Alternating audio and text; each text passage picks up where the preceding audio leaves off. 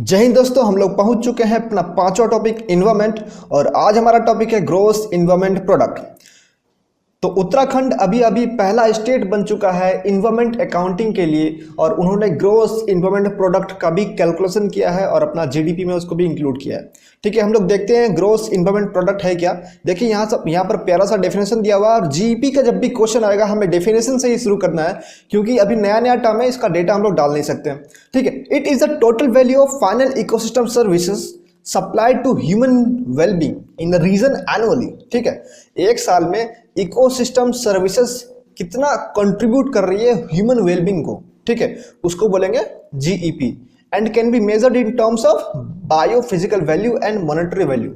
किस तरीके से वो या तो मॉनेटरी टर्म्स में किस तरीके से कंट्रीब्यूशन कर रही है ह्यूमन वेलबींग में, या फिर बायोफिजिकल टर्म में किस तरीके से कंट्रीब्यूट। बायोफिजिकल का मतलब कि आप मान लीजिए कि कुछ लोग आयुर्वेद वगैरह यूज करते हैं, जंगल में ट्राइबल वगैरह रहते हैं, खाना पीना वहां से खाते हैं, तो वो वाला कंट्रीब्यूशन को भी ऐड करना है जीईपी में। ठीक है, ऊड वगैरह जलाते हैं, खाना बनाते हैं, उसको भी ऐड करना है। ठीक है, तो आप इस डेफिनेशन को समझ लीजिए और इसको अपने वर्ड में बहुत ही इजी वर्ड में लिखना है, और उसको हम लोग इंट्रो में यूज करेंगे। मैं जब क्वेश्चन करूंगा मैं आपको डेफिनेशन अपना दिखा दूंगा जो मैं बनाऊंगा। ठीक है, देखिए ये ग्रीन जीडीपी एक चीज होता है। ग्रीन जीडीपी क्या होता है ना, पहले आप जीडीपी निकालिएगा, उसमें से कितना आपका जीडीपी बनने के कारण कितना डैमेज हुआ इन्वायरमेंट को, वो माइनस करना होता है, उसको बोलते हैं ग्रीन जीडीपी। ठीक है, ग्रीन जीडीपी बेसिकली आप मान सकते हैं कि GDP minus environment degradation is equal to green GDP. हम लोग आगे बढ़ते हैं, ऊपर देख लेते हैं क्या क्या चीज है। देखिए ये चार चीज को अकाउंट करता है, air, water, forest and soil. यही चार चीज को मॉनेटरी वैल्यू देगा और उसी के अकॉर्डिंग ये कैलकुलेट किया जाएगा। तो यहाँ पर देखिए बहुत सारा एग्जांपल दिया हुआ, आपको अगर समझ में नहीं आ रहा होगा अभी तक, एग्जांपल से आपको क्लियर हो जाएगा।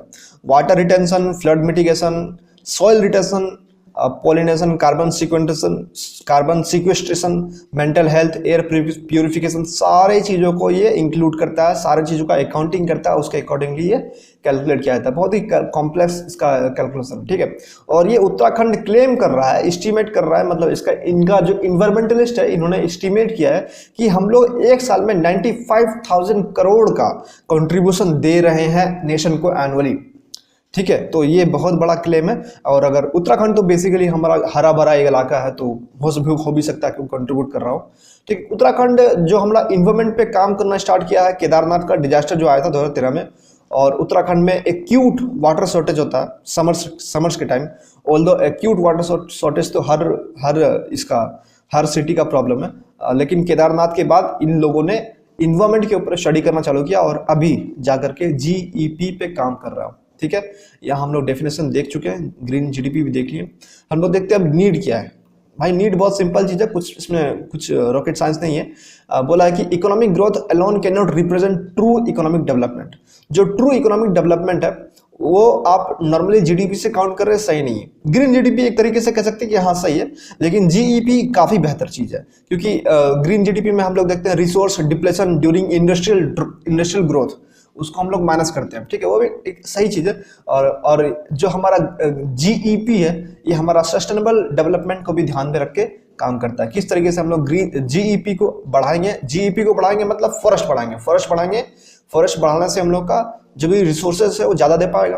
ठीक है, ओके। और सेकेंड पॉइंट है benefits people derive from ecosystem. जिस तरीके से फूड या वुड जो ट्राइबल लोग वहां से निकाल करके बेचते हैं, तो वो हम लोग अकाउंट नहीं कर पा रहे थे, लेकिन जब जीईपी आ गया है तो उसका भी अकाउंटिंग होगा। इससे वाटर प्यूरिफिकेशन है, कार्बन सिक्वेस्ट्रेशन है, इस लोग को भी हम लोग जीडीपी में अकाउंट नहीं कर पा रहे थे, तो इससे बेटर अकाउंटेबिलिटी आएगी। ठीक है, हम लोग ज्यादा अच्छा से अकाउंट कर पाएंगे, और अब डेटा रहेगा तो हम लोग एनालिसिस तो कर ही पाएंगे उसका। ठीक है, understanding the impact of anthropological pressure.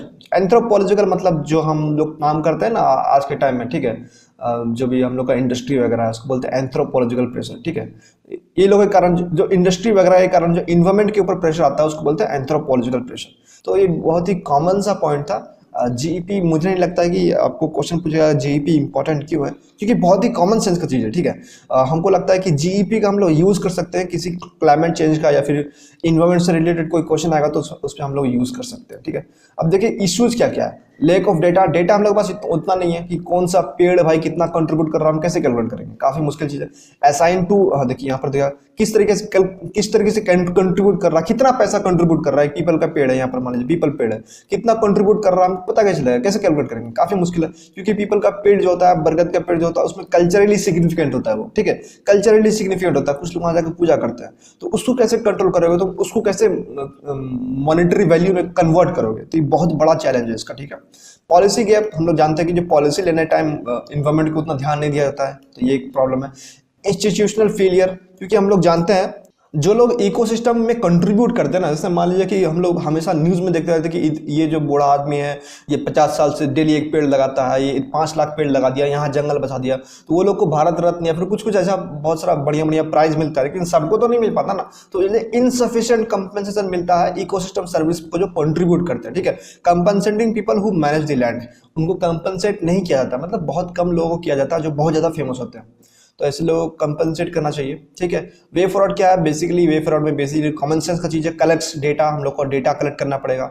उसके बाद बायोफिजिकल स्पेशियो टेम्पोरल डायनामिक्स, स्पेटियो या स्पेशियो क्या बोलेंगे मुझे मालूम नहीं, स्पेशियो टेम्पोरल डायनामिक्स, ये बेसिकली क्या चीज़ है ना, आप स्पेस में और टाइम में डेटा दोनों के अकॉर्डिंगली आप लीजिए।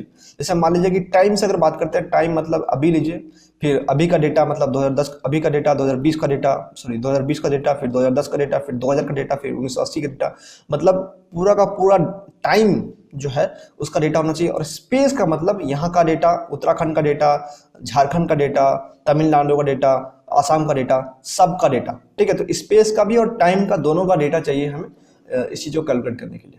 Develop frameworks to incorporate impact of climate change, basically बहुत कॉमन पॉइंट है, ये लोगों को पॉइंट नहीं मिल रहा है इसलिए कुछ भी डाल रहा है, तो मुझे नहीं लगता कि ये टॉपिक इंपॉर्टेंट है, बहुत ही कॉमन सा पॉइंट्स है इसमें, और इसको डायरेक्टली नहीं पूछेगा बट इसको हम लोग यूज़ कर सकते हैं हर जगह। Skills and knowledge and cultural values, ठीक है, कल्चरल वैल्यूज़ को भी हम लोग को कैलकुलेट करना चाहिए। सिर्फ और सिर्फ हम लोग क्या कर रहे हैं, इन्वायरमेंट वालों को कैलकुलेट कर रहे हैं, लेकिन ऐसा कर सकते हैं ना कि किसी पीपल का पेड़ है, ठीक है, पीपल का पेड़ है, उनका पूजा होता है, तो उसका जो कल्चरल वैल्यूज है उसको भी कैलकुलेट करना चाहिए। ठीक है, social disparities, factors like social disparity, जो इनइक्वलिटी है सिस्टम में, उसका भी कैलकुलेट करना चाहिए। इनइक्वलिटी सिस्टम में और हमारा जो इंडिया में इनइक्वलिटी है ना, सोशल डिस्पैरिटीज है, कास्ट वगैरह, तो उसको भी हम लोगों को कैलकुलेट करना चाहिए, वो कितना हम लोग का नेगेटिवली इम्पैक्ट कर रहा है जीडीपी को, तो वहाँ से भी हम लोग को बहुत अच्छा कुछ मिल सकता है। हम लोग को थोड़ा इनोवेशन करना पड़ेगा इस सेक्टर में।